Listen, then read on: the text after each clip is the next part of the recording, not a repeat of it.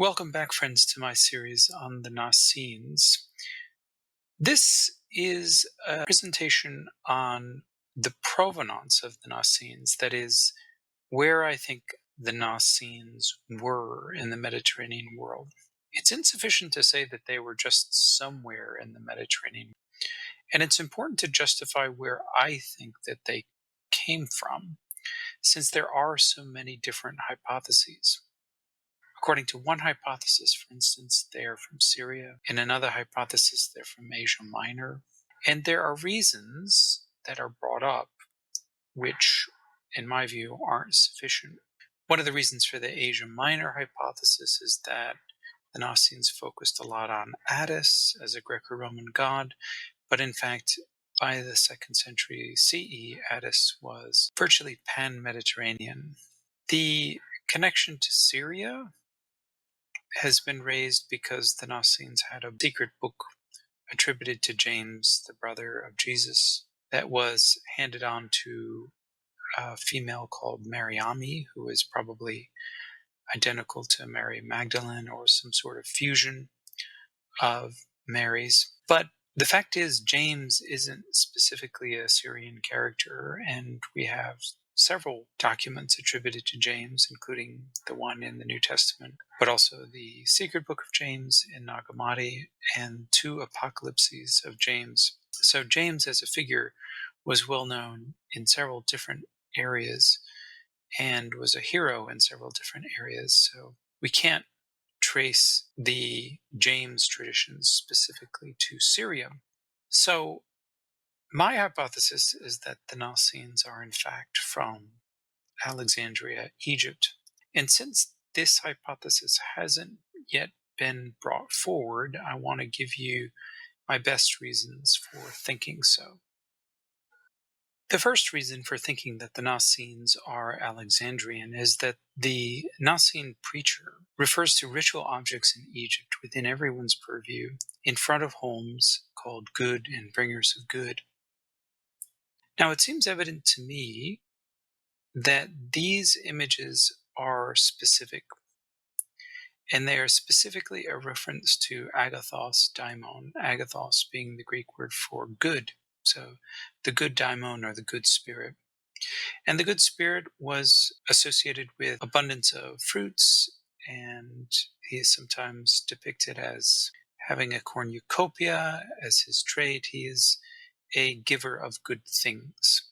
And it is specifically in Alexandria that there was a civic holiday in honor of Alexandria, in honor of Agathos Daimon, and we are told that they invited snakes into their house, and that they also had images and depictions of snakes as guardians of their homes, outside of their homes inscribed. And even today, in the tombs of Alexandria, we find images of Agathos Daimon protecting and watching over the tombs inscribed on the walls. So this was a very well-known Alexandrian god, and iconographically we can be fairly certain that where you have many images of Agathos Daimon outside of homes, that's a specifically Alexandrian trait. Second, the Nassene preacher refers specifically to the Gospel according to the Egyptians when he tells his story of the soul. Now, the Gospel according to the Egyptians is a lost Greek work that is referred to by several ancient authors. And given its contents and given the people who refer to it, virtually all scholars agree that this Gospel came from Egypt, originated in Egypt, and may indeed have been called the Gospel according to the Egyptians because it was a gospel well known in Egypt and other people wanted to refer to it. So this is a fairly good indication that if the Nicene preacher, like Julius Cassianus, like Clement of Alexandria, is familiar with the Gospel according to the Egyptians, he's probably writing from Egypt. And as I argue elsewhere, the Nicene preacher makes use of the Gospel of Thomas And my sense of things is that the Gospel of Thomas is Alexandrian as well. And I have a separate episode on that on the Patreon. Third, the Nicene preacher refers to Hermes specifically as the creator, or demiurgos here in Greek, the demiurge, if you will. Now, what's interesting here is that the Greek Hermes, or the Hermes best known to the Greeks, was many things. He was a trickster, he was god of merchants and business, he was god of special finds and lucky finds, and he had great cleverness. But the Greek Hermes was never specifically said to be a or the creator of people or the world. That attribute of Hermes can only be predicated of him when he's been morphed with another god, in this case, Tot or Thoth, if you prefer. And it is Tot, or Hermes Tot, who is a creator as we see him in specifically Hermetic texts like the Korikazmu, and also in the Strasbourg Papyrus, if you're familiar with that. Hermes as Tot is indeed an artificer.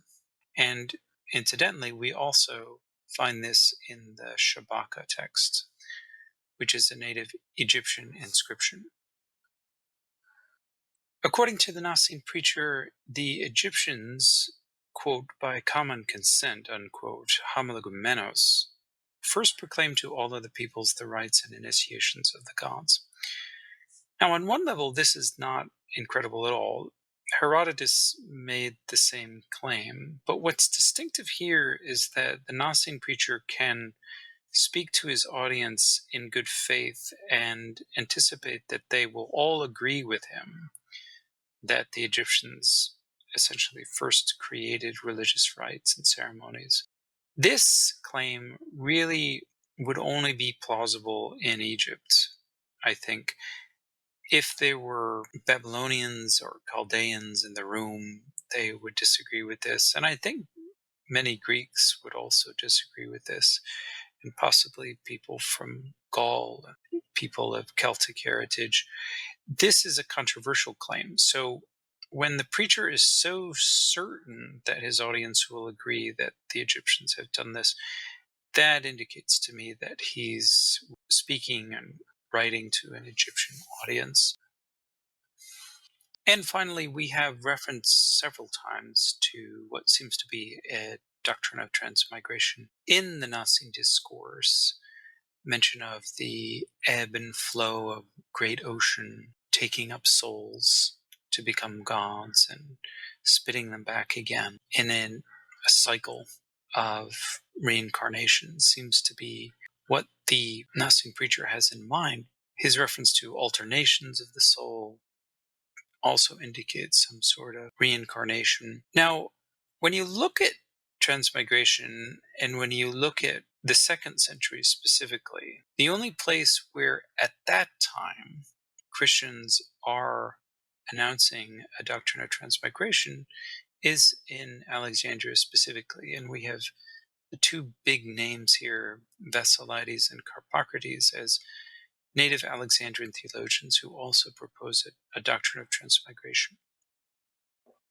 When you look in other areas of the Roman Empire during this time, we don't see anyone affirming transmigration or even really coming close to it.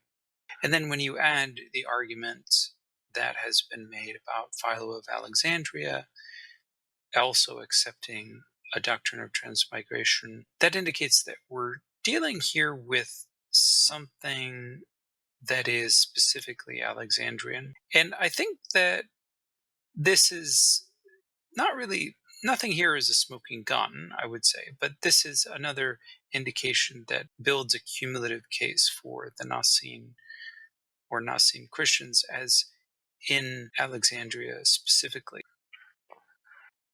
So that is my roller coaster version of my argument for an Alexandrian provenance for the Naassenes. Now, some may disagree with me. That's totally fine. You may say, well, why not just a more general Egyptian provenance?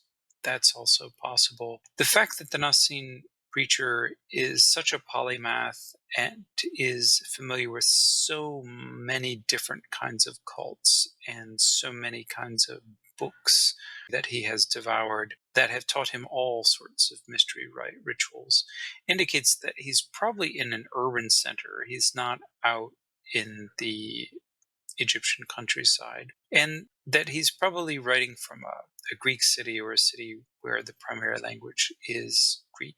So this could be several places in Egypt, admittedly, and not just Alexandria, but I think overall Alexandria has the best and most probable case for being that center of Hellenic learning.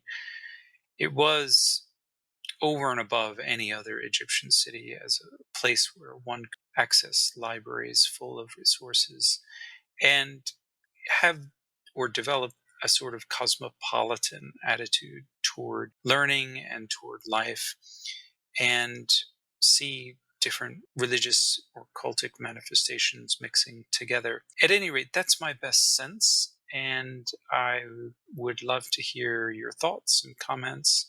And I hope that you'll consider picking up my book on the Naassenes, which is being published by Routledge and will be available in fall of 2023.